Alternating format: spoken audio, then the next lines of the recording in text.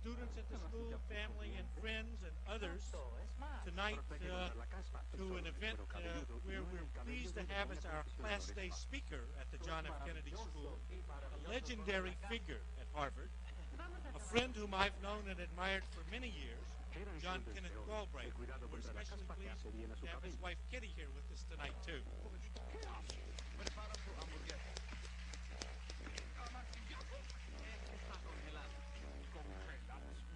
Ken Galbraith is the only faculty member to appear as a 3-star attraction in guidebooks to New England.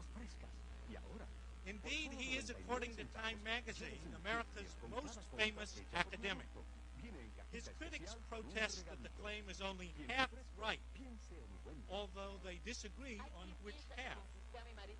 Some say he's not an American, at least by birth, and his mother testifies to that. Others dispute his claim to be an academic because his books are too popular. Ken was, in fact, born on a farm in Ontario, Canada. His special brew of unvarnished liberalism and irreverent wit was inherited from his father, a local agitator there, who would climb to the top of a large pile of manure to address crowds and then apologize for speaking from the conservative platform. Ken began his higher education at the renowned Ontario Agricultural College,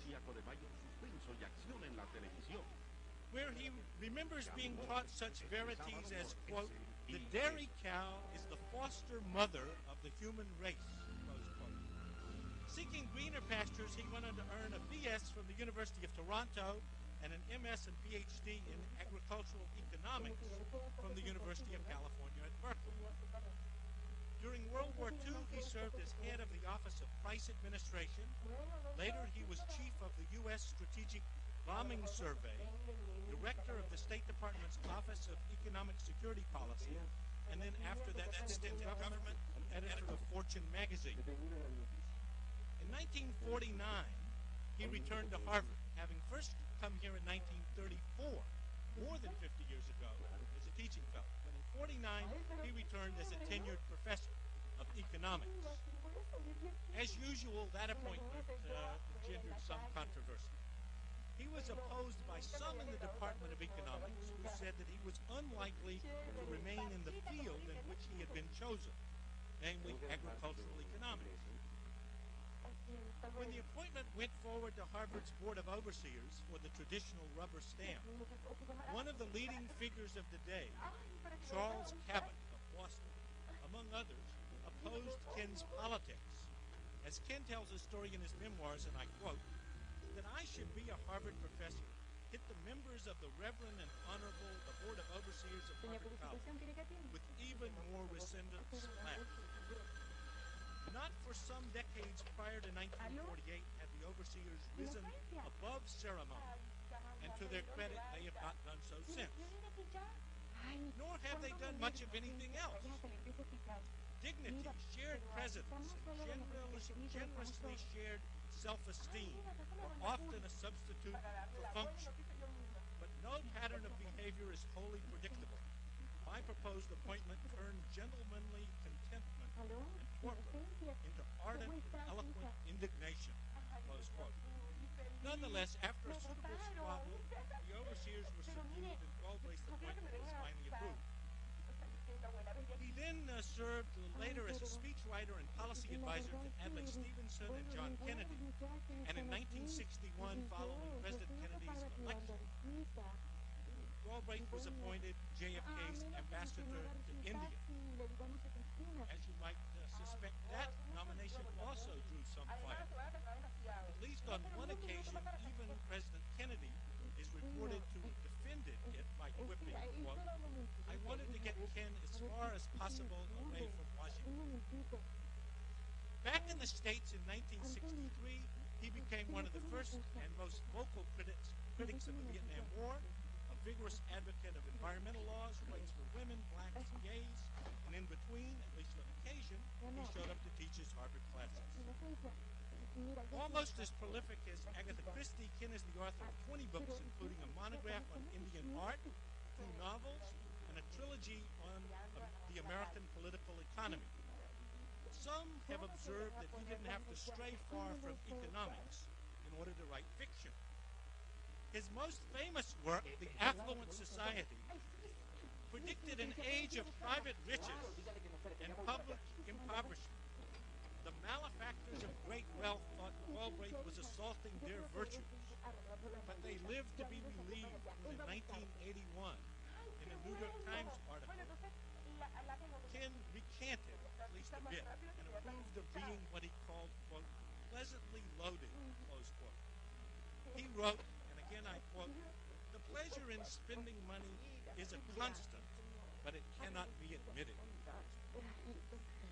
Sometimes Ken's ideas have not provoked outrage as much as incredulity.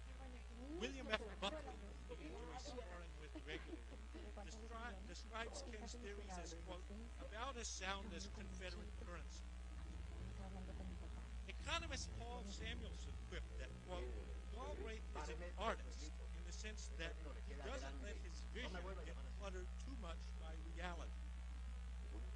And a famous economics textbook, one that I think some students here have read, repeats a paragraph of his work and then asks students, quote, explain why every sentence of that quotation, except the third or fourth, is wrong, nonsensical, or irrelevant.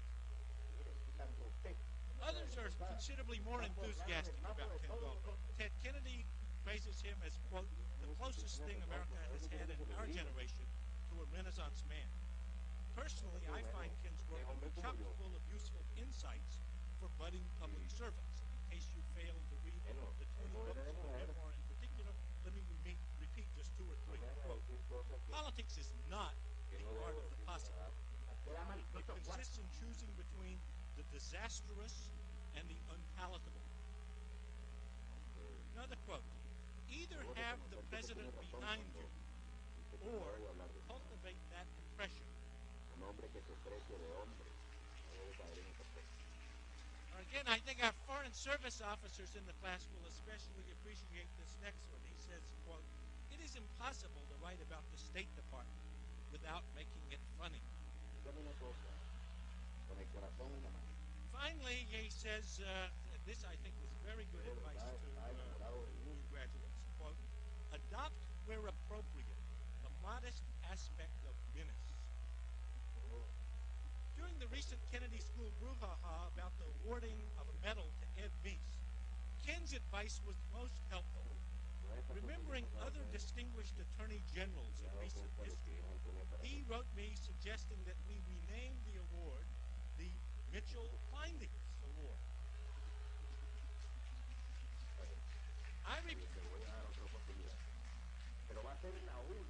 I replied that his was the friendliest cut of all, but that he had betrayed his partisanship by not including the name of his former associate, the Attorney General in the Truman administration, J. Howard McGrath, who resigned after being caught in a corruption scandal. Ken has never been accused, indeed has never even pleaded guilty of excessive modesty. He once told Charles de Gaulle, as the two men stood towering over other guests at a diplomatic reception, that the secret of their virtue, the two of their virtues, lay in their height. Because tall men are more visible, they are looked up to by their lessons, and thus they must behave better. Conscience being that still small voice that whispers, someone may be watching. The general strongly agreed, but added, it's important to remember to be merciless to the small. With the hope that Ken will grant us some mercy, and in spite of his laryngitis tonight, which we will have to therefore listen a little bit more closely, give even the school some mercy for appearing here. Please join me in giving a warm welcome to Ken Galbraith.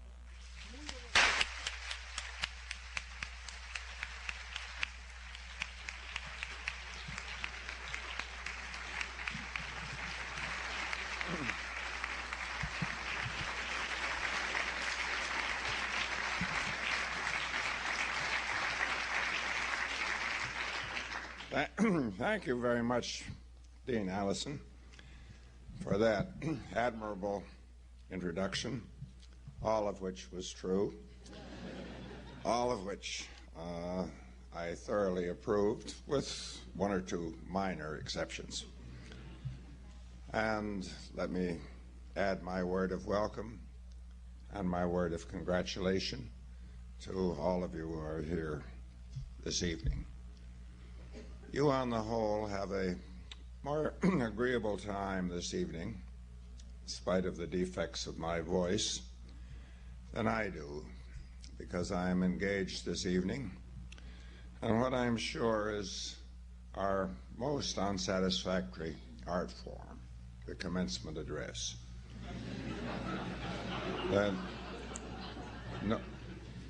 It comes at a time when everyone is looking back on the pleasures of the recent past, very great here at the Kennedy School, and looking forward to the horrors of an uncertain future. It's obvious that you're distracted and will have very little reason to recall the very important things that I have to say this evening. But that will not be unusual. I have never heard of anybody who was in any way influenced in afterlife by a commencement speech. But there must be speeches. The only thing that was in my memoirs that Graham Allison omitted was an observation in there to the effect that speeches are the vacuum that fill a vacuum.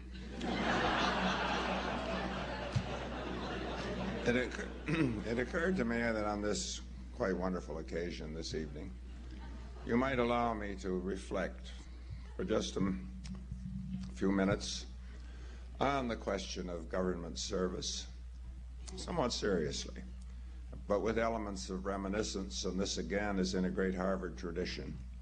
An extraordinary part of Harvard instruction, particularly in the social sciences, is reminiscence by professors of their past glory in Washington.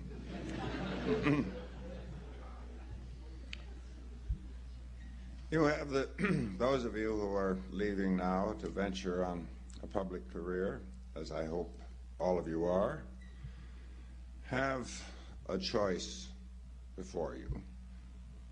Are you going to have a high-risk career where you are concerned with policy, or are you going to have a low-risk career where you're concerned with cost-benefit analysis?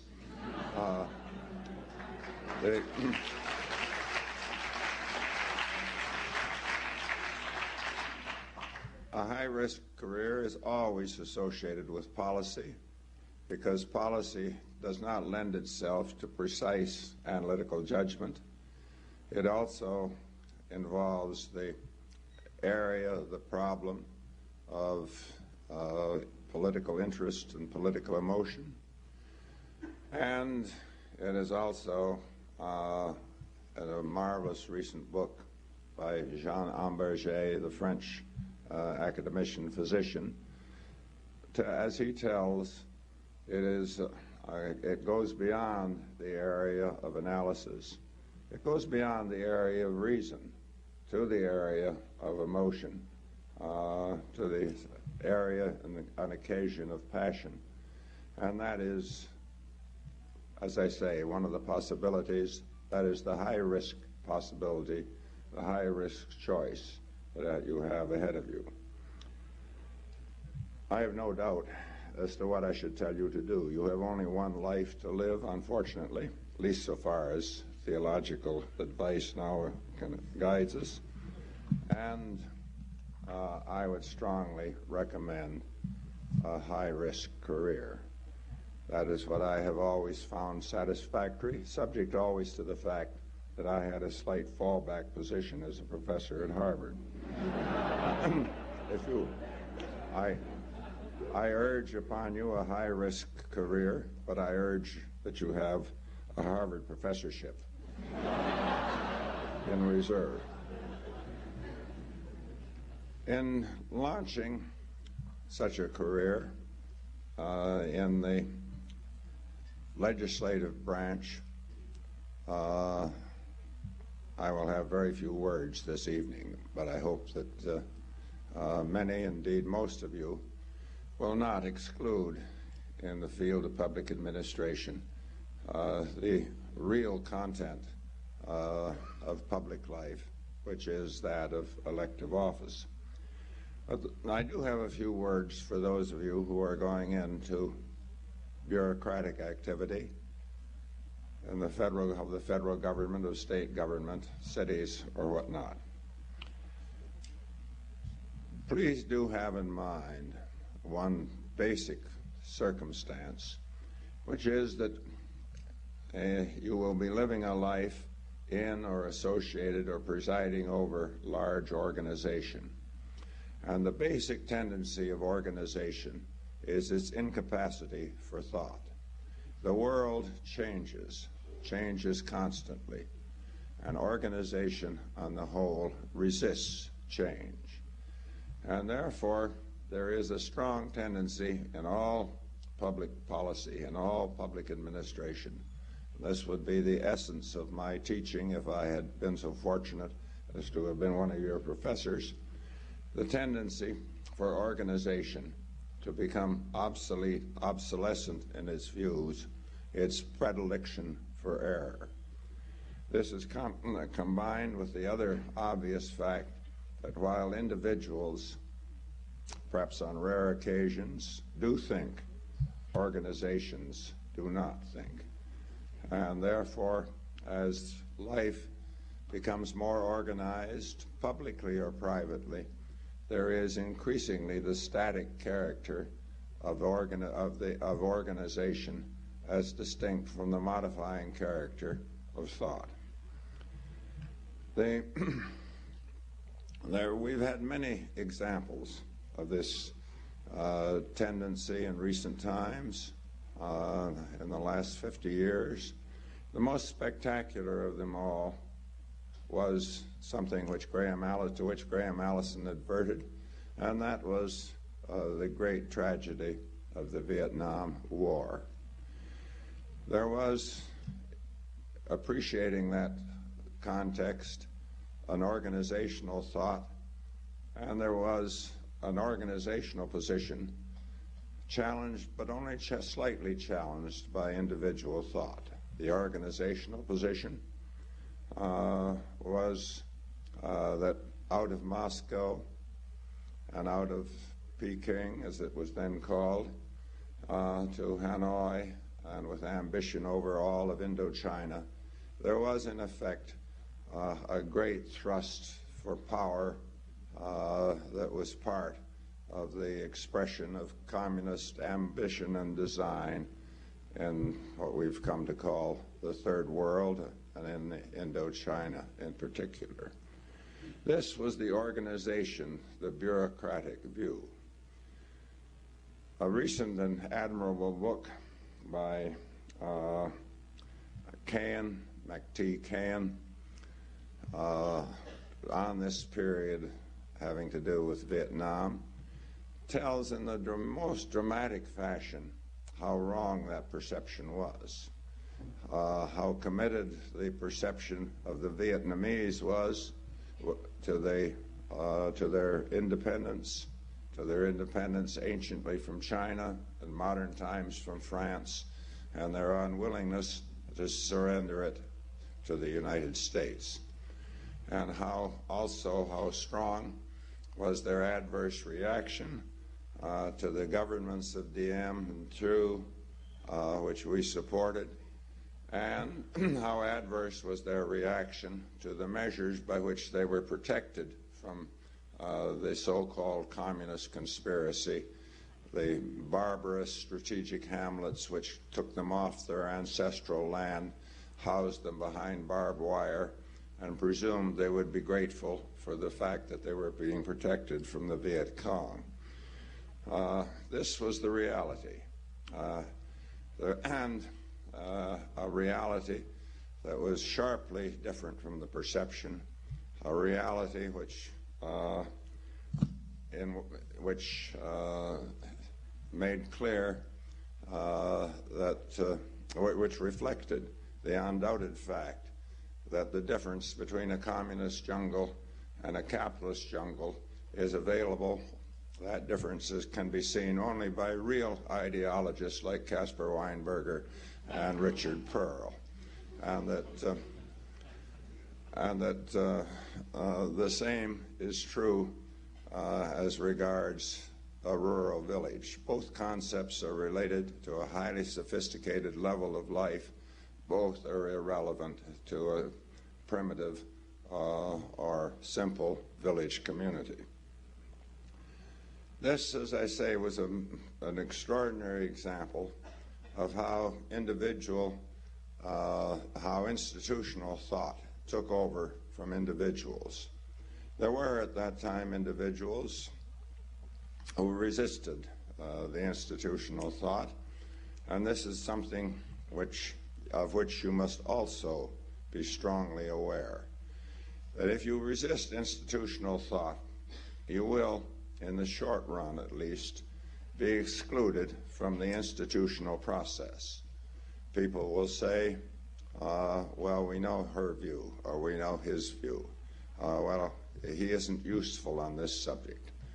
And this was the experience of many of us who had doubts about the official perception of that great tragedy. I should say that that is the short-run misfortune. In the long run, those who hold that view do, on the whole, have a better outcome, a better result, and you even get invited, if you happen to have been right on issues of that sort, to give speeches on occasions like this. But the short run effect is far from happy. Day after tomorrow, with some others from this community, I'm going down to New Haven to a remembrance service for one of the great public figures of the mid-century, Chester Bowles. Really a most remarkable man who had the absolutely intolerable tendency to be right too soon. And in the spring of 1961, which was also the early spring of the Kennedy administration, as one example, he expressed his grave misgivings about the Bay of Pigs operation.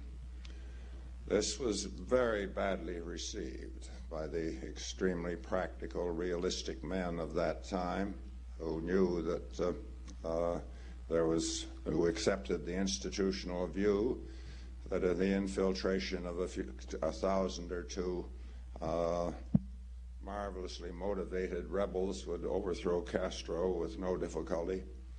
And Chester, in consequence of that and some misgivings that he had on the East-West Cold War cliches of John Foster Dulles, which we inherited, was obviously an intolerable figure, and he was for this crime of being right too soon, retired to an innocuous position in the White House, and then in a tradition which Graham Allison has also already mentioned, it was decided that it would be even better to have him a long way away in India. This is my warning to you about being right too soon. But again, in the long run, as those of us, and as history will remember, people like Chester Bowles, the long run has its rewards. Also, I plead with you, but you will, I think, forget this too, to be consistently uneasy about too severe an ideological commitment. Be suspicious of people who are controlled by ideological passion, by ideological rules. When you hear someone, as I said in a recent article, which has not been published yet, so I can say it now, when you hear someone say that he is going to stand, or he or she is going to stand firmly on principle, make it your rule to take cover, because that means you or somebody else is going to suffer. This, what would be an example of this? The example in which I rejoice is the present attitude toward broad classical market theory. There is no question that this is one of the great favorite ideological principles of our time, the notion of the omnipotent and omnipresent power of the market and the need for giving that full scope in our time. The rewards of the market are particularly thought to be particularly comprehensive. I keep all political bias out of this talk this evening, but I cannot entirely avoid the thought expressed by President Reagan that even the problem of birth control, population control, would be solved by leaving it to the market. This is perhaps the most dubious form of birth control since Thomas Robert Malthus suggested that the funeral service should have, that the wedding service should have a stern warning against undue lust. Perhaps there was a certain logic in the president's suggestion that the market would take care of these matters. Couples would be were charged with the thought that going to a supermarket or a shopping mall was an alternative to going to bed. But a remote possibility. It has always seemed to me. And when we examine this commitment, this overpowering commitment to the rule of the market in our time, what do we find? What is the reality? Well, we find that almost nowhere is the market tolerated, and almost no matters is the market tolerated. We have, first of all, which even the most devout classicists concede, the fact that a very large amount of American enterprise is in the hands of a relatively small number of firms which exercise the power over prices and over customers that has anciently been associated with monopoly, oligopoly, and the management of and more recently the management of demand. And the tendency to concentration, which of course is one of the great facts of our time, one of the great occupations of our time, one that Bob Reich has magnificently characterized as the era of paper shuffling. We also specifically do not tolerate the market when foreign competition becomes too severe. When automobiles, textiles, clothing, and cedar shingles from Canada become embarrassing to an important group, we have an abridgment of the market power. When a corporation, if it is large enough, Lockheed, Chrysler, Continental Illinois, the thrift the banks generally, the thrift institutions, when they are in danger of failing, we no longer allow failure. We stop, arrest the penalty of the market in all those cases. And if in the extreme case it is necessary, the firms are taken over by the state. No one should have any doubt in this world as to the nature of socialism. Socialism comes when the corporate jets descend on Dulles and we first have a speech about the virtues of free enterprise and then have an operation to bail out some needful firm. And we finally have one case where the market is relatively pure in the classical sense. And that, of course, is my old field of interest, long escaped, which is agriculture. There we do have the classical market. There we do have a situation in which no producer can hope to influence the price at which he sells.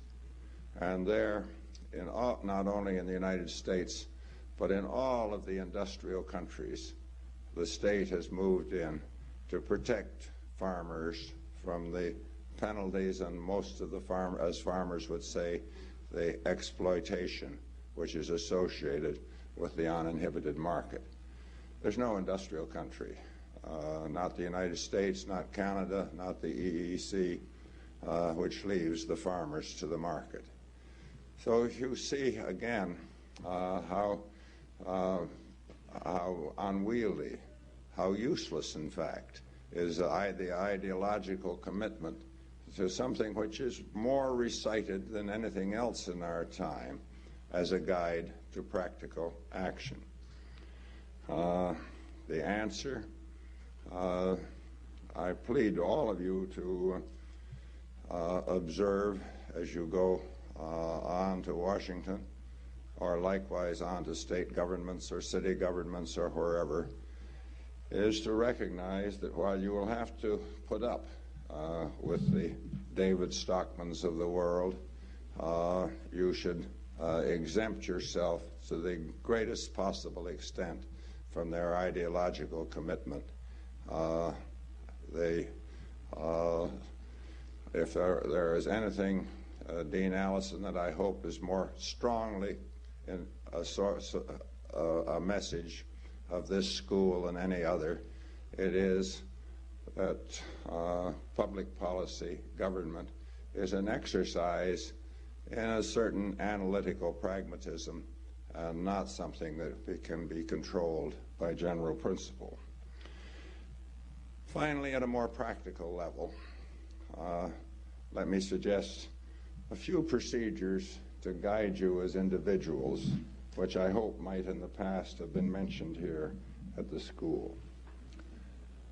One of them has already been mentioned by Dean Allison. I have these written down, so I'll have to get them up into the range of my eyesight. One of them concerns your association with ultimate authority, the mayor, the governor, the president. Always cultivate the impression that you are very close to such authority. And never let it be supposed that you are at odds with superior authority. This is an extraordinarily important personal design, which is part of the absolutely indispensable fraud which you will all in your public life want to practice. Number 2, and I read this, use the press in a wholly forthright way. The official with good access to the press is respected and perhaps even feared. The one without such access confesses to an insecurity without such access, who avoids reporters, and without voice on his own behalf, confesses to an insecurity or a diffidence that others are invited to exploit. The man who relies on surreptitious leaks similarly admits to a lack of effectiveness. He or she must also spend much time covering their tracks and can be defeated not by judging the merits of their case, but by exposure of their activity. Most bureaucratic leaks proceed not from strength, but from weakness. What I am saying is, your reputation should be to deal overtly and openly with the press, and not in any surreptitious manner. Third, and I particularly stress this, make your views widely and persuasively known through the relevant parts of the government by means of the printed word. The modern organization, the modern bureaucracy is very large. One can see only a few people for direct persuasion or in meetings. But there is no limit to the number of people who can be reached by a well-argued paper. And if it is readable, since reading is the principal occupation of bureaucrats, it will be read.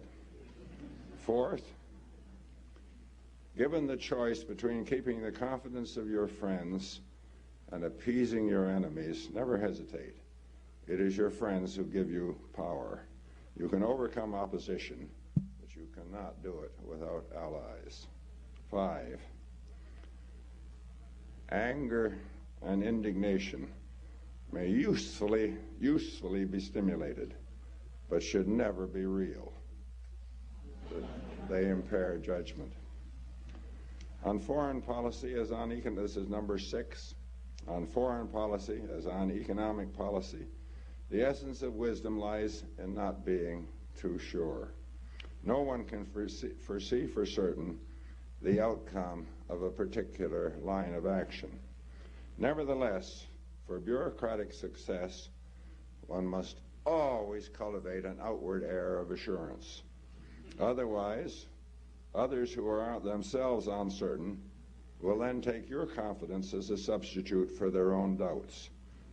If you lack assurance, they will have a disagreeable tendency to substitute theirs. Finally, if at all possible, be mentally accommodated to catching the plane out of Albany or Washington on any given morning. Nothing so weakens the position of a senior public official as the knowledge that he or she loves or is otherwise so committed to the job that he or she will always, in the end, come to terms. Those are my rules, which I plead with you to bear in mind, although I have little doubt that you will. And now the time has come to wish you well. You will have, in public service, a good and interesting life. You won't certainly be as rich as your colleagues across the Charles. You will, on the whole, however, be subject to a less offending discipline.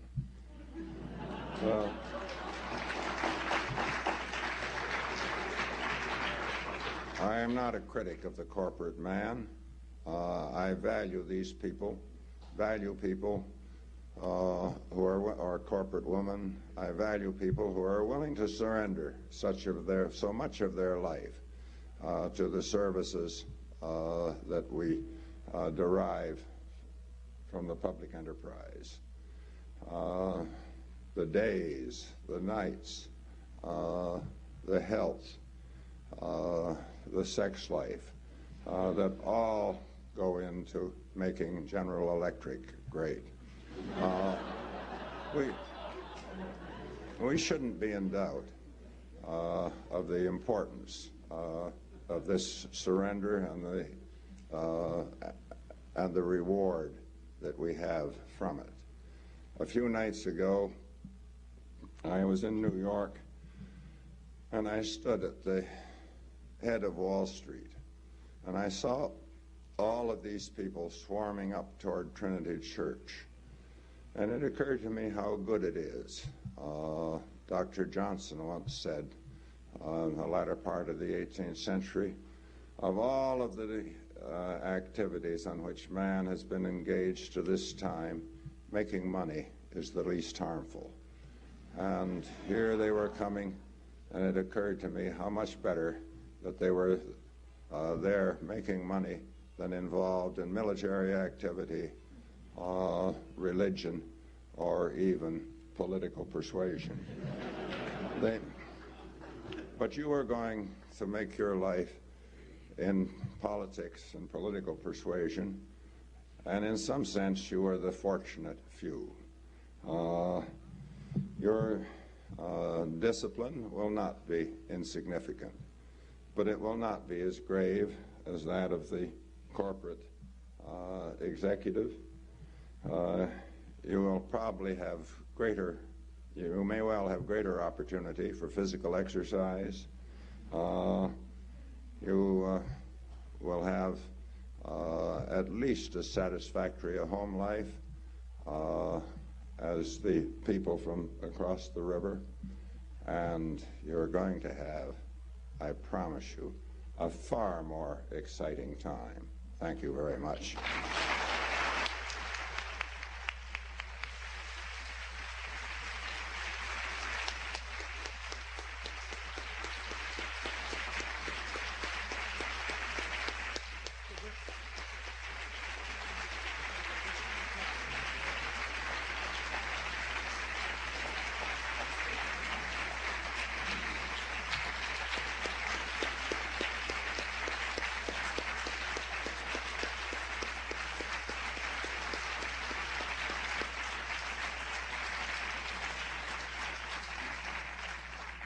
Professor Galbraith has kindly consented to address a few questions. His voice won't hang on for too long, but there are microphones at either side of the ground floor and on either side of the first floor. Let me call on Bob Reich, who, as we walked in, said that he figured that this was the long and the short of it to ask the first question.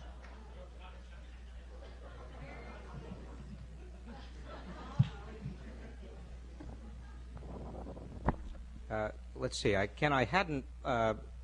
have so many questions, but at the same time, I hadn't prioritized them as we do at the Kennedy School. Bob, I encountered that term prioritize over the business school, and it is now out of date. They now, over there, charismatize their products.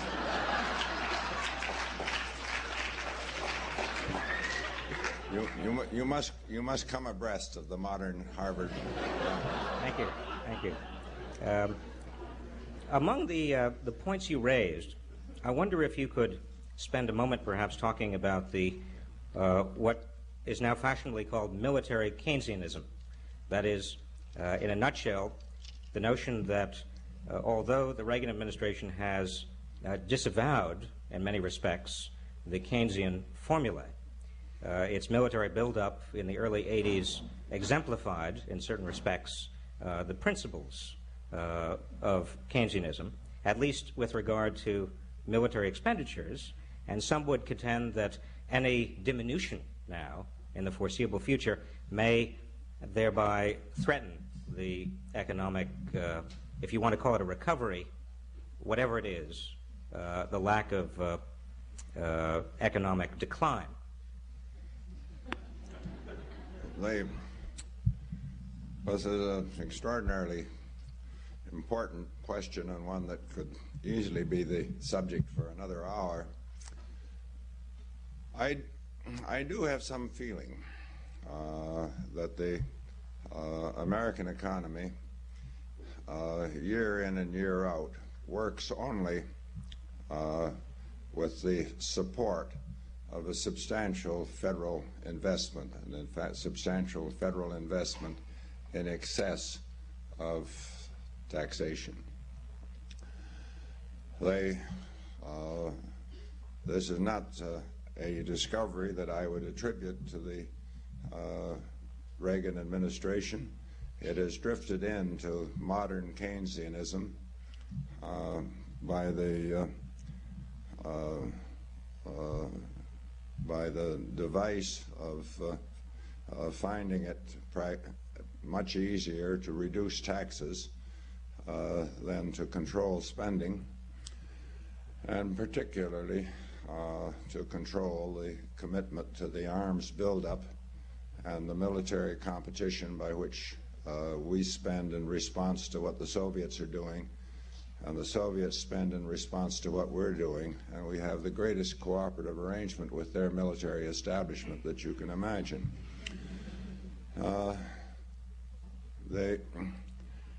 If we were to cut back on military spending without doing anything else, I think the effect on the economy would be adverse. We do have to remind ourselves, however, Bob, that as the legacy of the monetarist experiment of the early 80s, we still have very high real interest rates. And if we were cutting back on military expending, cutting down on the deficit, which I would urge, then I would strongly urge also a substantial, in fact, a very severe reduction in the rate of interest rates, which would also have some effect in lowering our trade deficit, lowering the dollar, and would offset to some extent the deflationary effect of the adverse trade balance. If we're spending money abroad, it is not affecting the domestic economy, and one reason that Reagan Keynesianism has been so little inflationary so far is that the deficit has been offset by the spending outside the country. Well, there are other things which I would add to this mix, but to summarize, I would say that if one is moving to a more rational fiscal policy, a lower deficit, one would also have to, among other things, move to a very much lower interest rate and, in consequence, offset the lower government spending with much higher industrial investment, much more housing investment, something which, in terms of our standard of living and in terms of the quality of our industry, we should very much welcome. Ken, one follow-up, very important historic question. Did Charles de Gaulle really make that extraordinarily disrespectful statement about small people?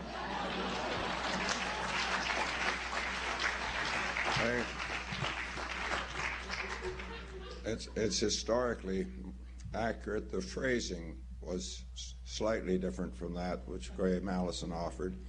What he said to me in conclusion was, "There is one thing you have forgotten. The small men must be treated without mercy."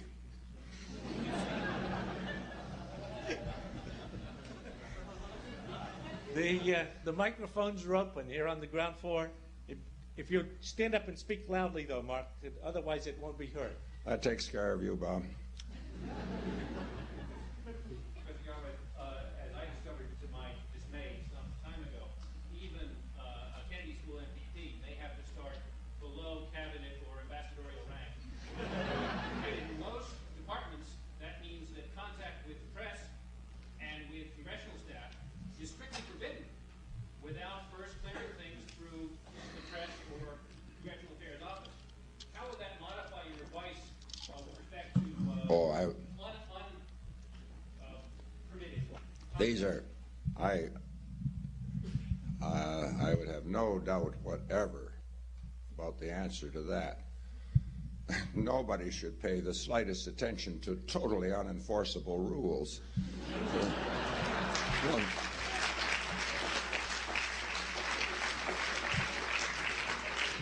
Suppose your wife or your mistress happens to work for the Washington Post.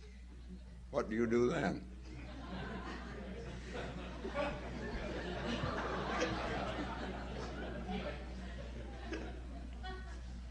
Yes.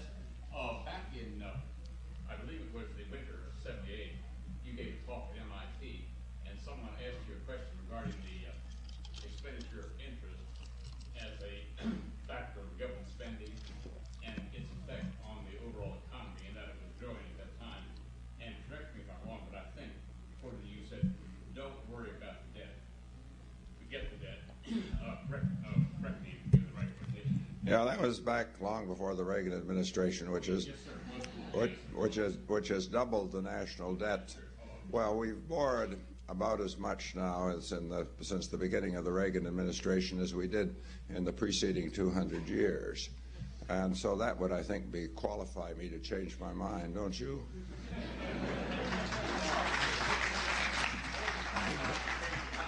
But I do want you to understand there is a penalty to be talking in the same area for a long time and being an attractive speaker and attracting sort of like a regular time. Well, that's true, but I would remind you of one of the greatest comments of Winston Churchill. He said, "I have often had to eat my words, and I have found them a wholesome diet."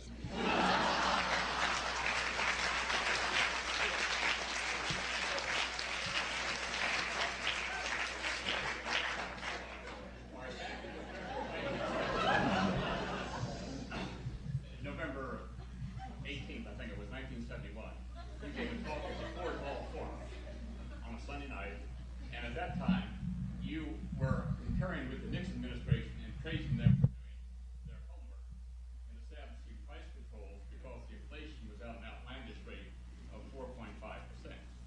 Now, we had a speaker here recently, the Secretary of Agriculture, who said that thanks to the good management of this administration, inflation is dead in the water. And I asked him afterwards, is dead in the water is 3% by your calculations. And so on, that's not quite dead in the water from a historical standpoint. The question, I think, should be, or you're subject to, you're free to rephrase the question if you like. At what point should we reconsider raising price controls? I think your point is well taken. That at that time, and going back to World War II, we took the danger, the level of inflation more seriously than we needed. There was an enormous alarm during World War II over any upward movement of the price level. I was in charge of price control at that time, and I was particularly subject to that paranoia, which it was. And I think your point as to the concern in 1971 and the concern I doubtless expressed is valid. On the other hand, a well-administered, well-run country does not have a high rate of inflation. We may not have actual price stability, but you do not have a rate of inflation which fills everybody with anxiety as to what their dollars, what their money will buy next week, next month, or next year. And we shouldn't settle for anything less. What we have discovered in these last years is that two factors. One, of course, the change in the oil situation. Another, the effect of the monetarist experiment of 81, 82, not only on the trade unions, it not only crushed their morale, but it enormously weakened the centers of trade union strength, the steel firms, the automobile firms, the chemical firms, the bases, the old bases of trade union strength, so that we've had the change from the wage price spiral as an inflationary force to firms that, in order to stay in business, have been actually succeeding in getting so-called givebacks. This was an effect of monetary policy, the crushing of trade union morale and the crushing of the capacity to yield to the trade unions that I think, it has to be said, very few of us, if any, foresaw. Let me see if I can encourage one of our international students, since Ken mostly talked about Washington and state houses here. We have folks who are going to be going back to places as far afoot as Bonn and New Delhi. So can we get somebody going at least to Bonn or New Delhi or some other such place to put a question to Professor Galbraith? very tongue-tied here, Ken, as you can see. This is not from Bonn or New Delhi, but we give you a chance to think. For somebody from Bonn or New Delhi, I can perhaps fill the vacuum. Recently, Milton Friedman wrote, I think in the New York Times, a short piece chastising the disinvestment protesters that have been somewhat dominating campus life, at least in the Northeast, over the last few months, especially with the building of shanties. But he, in effect, took them to task for pursuing an idea which was erroneous in its conception and carrying it out in a way which, because it was costless to those who were protesting, was and was coercive in intent, was essentially mischievous. I was wondering what your own feeling is on the general subject of disinvestment in general and the kinds of protests that are going on at Harvard and elsewhere in particular.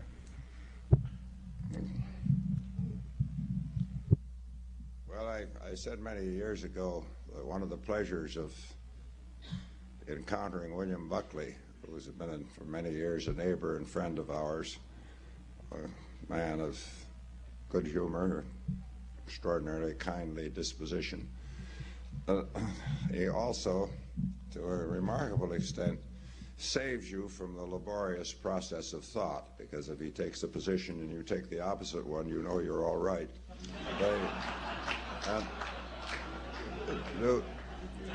To some extent, I feel the same way about Milton Friedman. But not completely. I have never thought that the leverage associated with disinvestment was very great. It's been up in faculty meetings for years and years, and I always supported it because I knew that it didn't cost the university very much, if anything, and it cost just enormous numbers of gray hairs for the Harvard treasurer, which I love to inflict on him. So I went along with it, but I confess to believing that the leverage is not great. And I must say, we were talking about this earlier this evening, I would like to see more of the student activism shifted over, for example, to such things as the insanity associated with the abandonment of SALT II, the continuation of nuclear testing.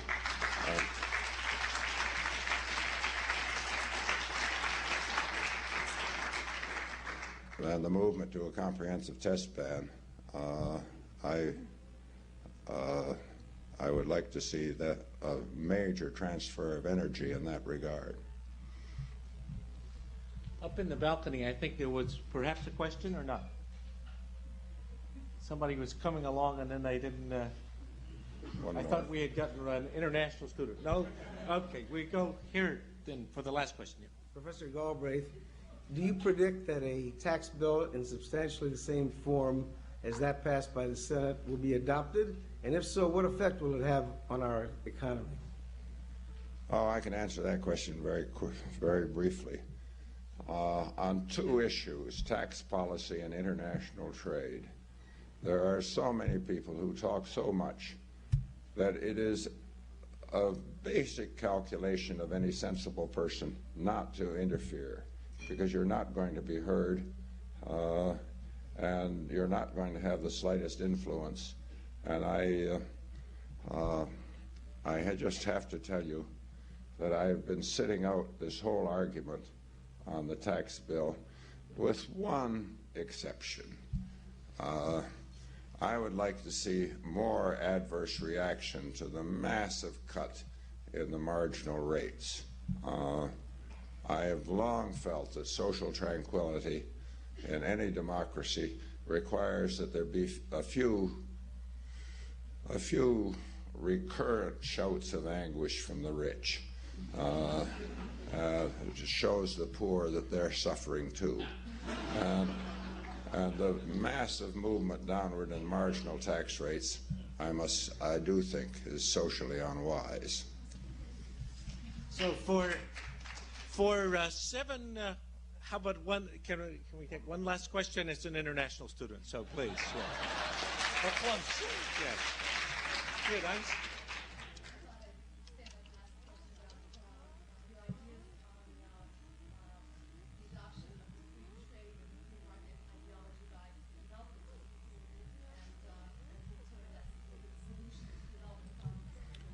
Well, this is an important, indeed a difficult question, and one that's very close to my heart. I went down a year ago last fall to give a major effort on this regard before the General Assembly, which you may have encountered. And I do feel that we must recognize the extent to which economic development is a process, and what is appropriate and a good subject for debate in the later years of that process, the later stages of that process, are irrelevant to the early stages. And that there has been, in the early stages of economic development, particularly in Africa, commitment to industrial development and a neglect of agricultural development, and particularly an effort to keep down agricultural prices for the benefit of the urban consumers, which has been extremely damaging and which has been one of the causes of the food problem that one sees there. That in the early stages of development, one should favor agriculture, and one should not inhibit agricultural prices. One should, to put it bluntly, leave them to the market. And this has not been done. I would also urge some other things which are extremely important from our own experience of economic development in the last century and the 18th century. We, for example, stressed extraordinarily transportation, and we stressed as a major instrument of economic development popular education. And this instinct was right for the time. Both were important. There is, after all, in the world no fully literate population that is poor, and there is no illiterate population that is anywhere affluent. The extraordinary fact that we should always have in mind. For coming out tonight with his laryngitis, for giving us at least 7 laws to take along with us, and giving us a very pleasant evening. We want to thank again Ken and Kitty.